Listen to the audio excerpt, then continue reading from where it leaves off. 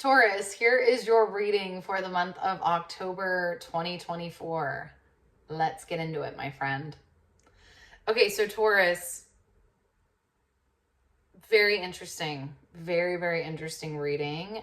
You are my last reading that I am doing for October. I've done all the other signs and you are my last. And I'll say that it is a unique message, and it's I hope it comes as a relief to you. I do think that it's a very, it's kind of a reading that is actually telling you to not take a whole lot of action right now, which is an action within itself. I want to make that clear, right? I think sometimes, and I'm someone that really believes that tarot is action oriented. I don't think that tarot just tells you your future and then, you just have to kind of sit and wait for it to happen. I think that tarot gives you clarity and gives you information about what is already going on around you. And a lot of times it helps you kind of dig out wisdom that you already have within you. So with that being said, I think a lot of times there is a call to action. There is something that maybe you can pursue or do or follow through with. In this case, I think it's actually saying kind of the opposite. And we'll get into that. I'll say exactly what I mean by that. But just know that I hope that maybe this is a bit of relief. And if things are feeling a little bit in the in-between right now where you're really not sure what you even should be doing, and I know that can be frustrating, especially, Taurus, you're an earth sign. I'm a Virgo. We like to do things. We like to make progress. But sometimes it is simply not the season for that, my friend. So, okay, let's get into it. I'm just going to start showing you the cards. I pulled two different spreads, two different short and to the point spreads. So I pulled a past, present, future spread for you. And then I cannot talk. I promise I have not done all the readings in one day, but I feel like I just can't talk right now. Okay, and then the second spread that I pulled for you is past, present, future. I also pulled a card just kind of off to the side here that I like to typically do, that I feel like just kind of gives overall information, kind of like a summary of all of the cards. And I'm going to start with that. So that card that I kind of just pulled off to the side to kind of just give like a general overview is the King of Coins reversed. So we have the King of Coins reversed. And I think what this is saying is you're feeling a little off your game. You're maybe not feeling as accomplished as you typically do. I think that, you're used to being successful. You're used to being a winner. You're used to being, achieved. I know achieved in that sense really isn't a word. Accomplished, I guess, is the better word. You're used to being to have accolades, right? Or to be succeeding at something, to be actively working at something, or again, just actively succeeding at something. Also, I think King of Coins very much brings up this idea of being very clear on what you want and having a plan. And right now, you're not really sure what that is. It's reversed. This King of Coins card is reversed. I think that you are maybe also doubting, like, well, where did this go? Where did this part of me that kind of always knows the next step and always has the next thing lined up and has a plan, you're kind of doubting yourself. This is definitely a lack of confidence situation, just because where you are right now feels foreign. I wouldn't be surprised if you're in a little bit of just like an in-between phase, like a limbo phase where you're just not really sure what you're supposed to be doing, where you're supposed to be focusing on.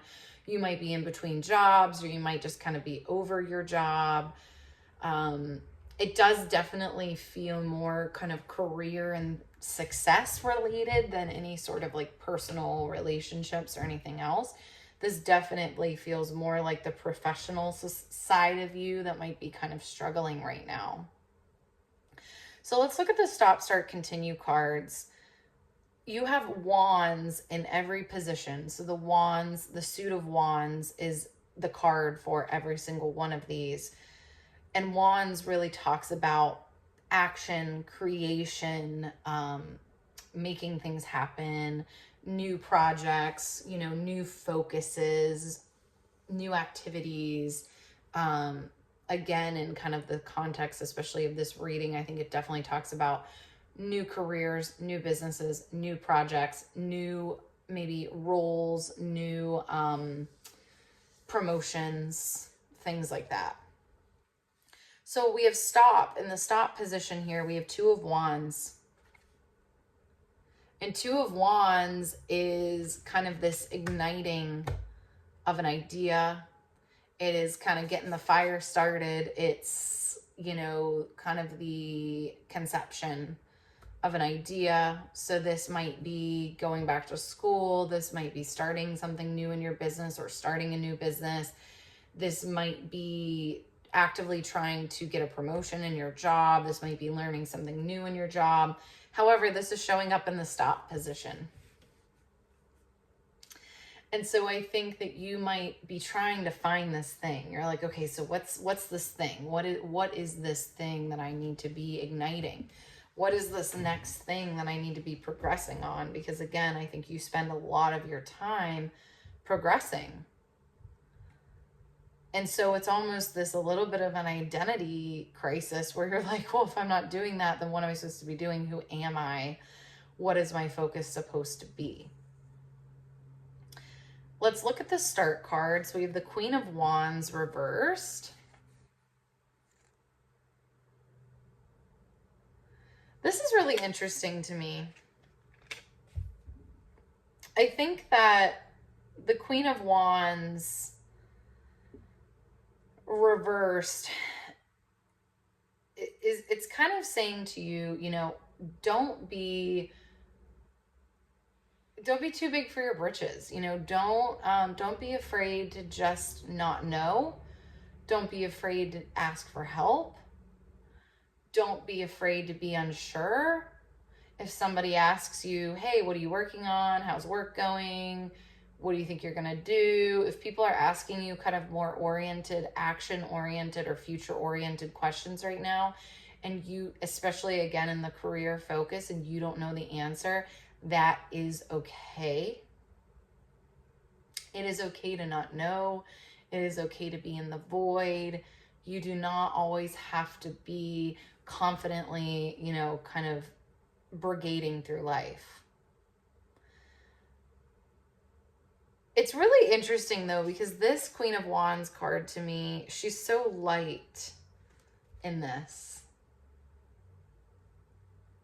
She actually has a cat next to her. It's like, it looks like she's like doing yoga and she's a cat next to her.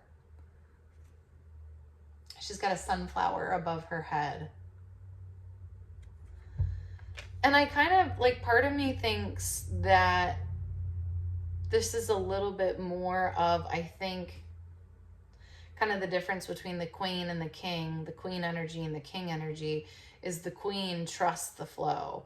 The Queen trusts the process, where the King feels that there needs to be a little bit more strategy, right? The King is a little bit more black and white, where the Queen kind of sees the gray area, sees the in-between, sees the nuances.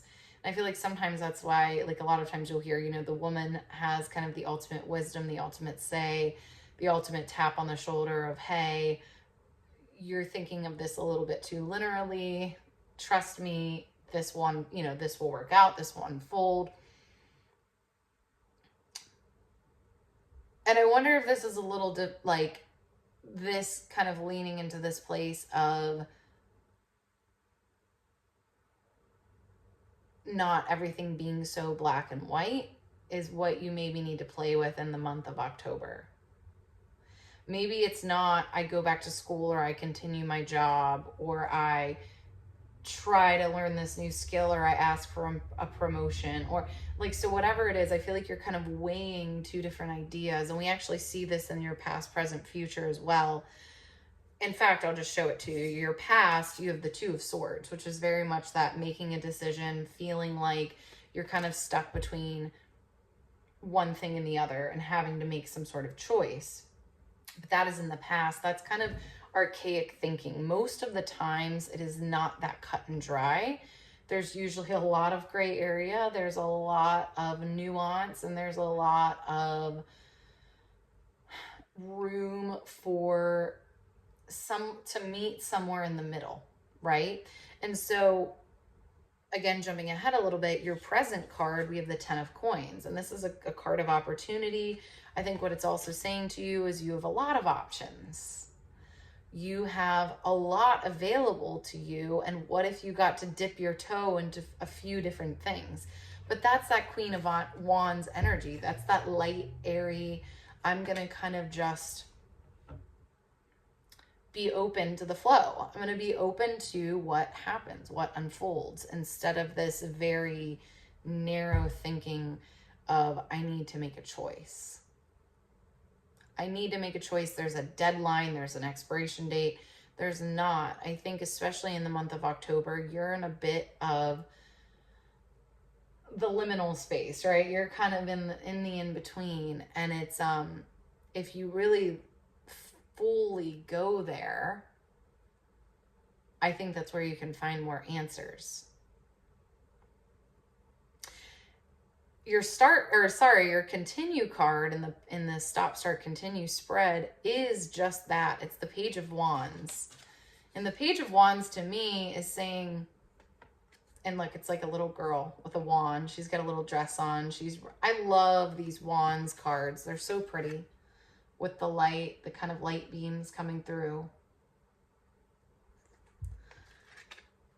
There's no shame in this, right? There's no shame in this Page of Wands energy, which is very much this energy of, I'm going to try this. I'm going to try that. You know what? I got this email that came through that was talking about this thing that I'm interested in. I'm going to sign up for it. I see this local class down at the studio down the street. I'm going to sign up for it. It really feels like keeping your options open, not boxing yourself in, because maybe boxing yourself in the past is where you've gotten yourself stuck. I think there's a lot of your dedication and your motivation that is a beautiful thing and has really gotten you very far in life. But I think it's like your next level is, how do you marry your motivation and your kind of dedication to hard work with this idea that not everything is so black and white, with this idea of kind of connecting in with yourself more and your desires, your intuition. It's so interesting because, again, jumping ahead to your future cards, both of your future cards, so I pulled two. Both of your future cards are intuition based.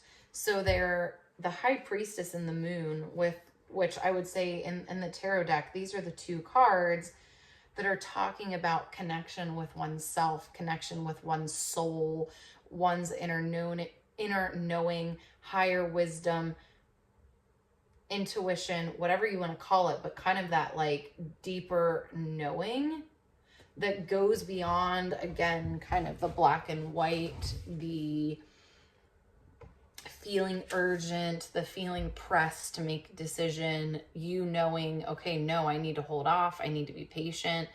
Even if, I'm feeling pressure maybe to make a decision, or past parts of me feel like I need to make a decision, or I can't take my time to figure this out. I really feel like what these two are saying is we are going to break through to you in this time period, like your soul, your higher power, your connection with something beyond the material world is like, we want to push through to you.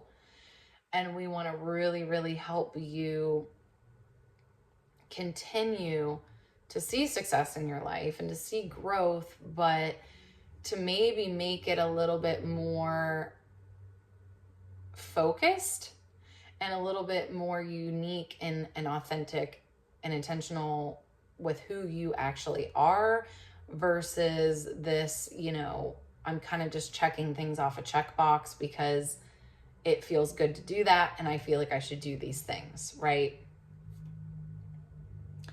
So Taurus, I kind of feel like your job in October is to learn about you. It's to learn about who you are and what you want, and kind of getting comfortable. I'd also say like it's very much about getting comfortable with the gray area, getting comfortable being in the liminal space, getting comfortable with being in the in-between. Seeing when you kind of also, when you take the pressure off, what information comes through. If you're just simply trying things to try things, what actually might spark your interest, what actually might you really be good at, what might actually now feel like the next natural step, who might you meet in the process, what connections might you make.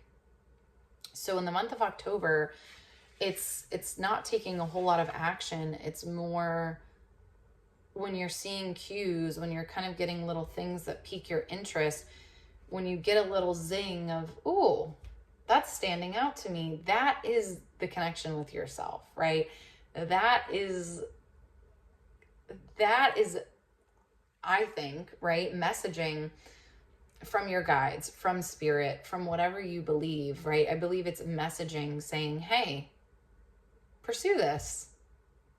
There's a lesson to be learned here. Or maybe there's something greater here. Maybe this is another path for you. This is the next path in your journey.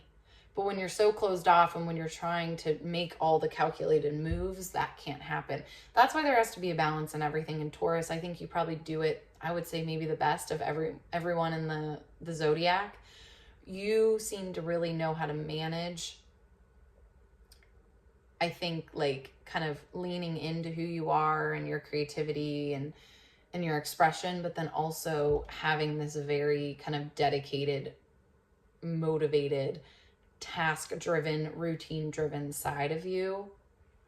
I think it might just be time to lean a little bit into the more vague, into the gray area, see what's there, see what kind of pulls you, and then you can approach that thing with the commitment that you bring to all things that you do.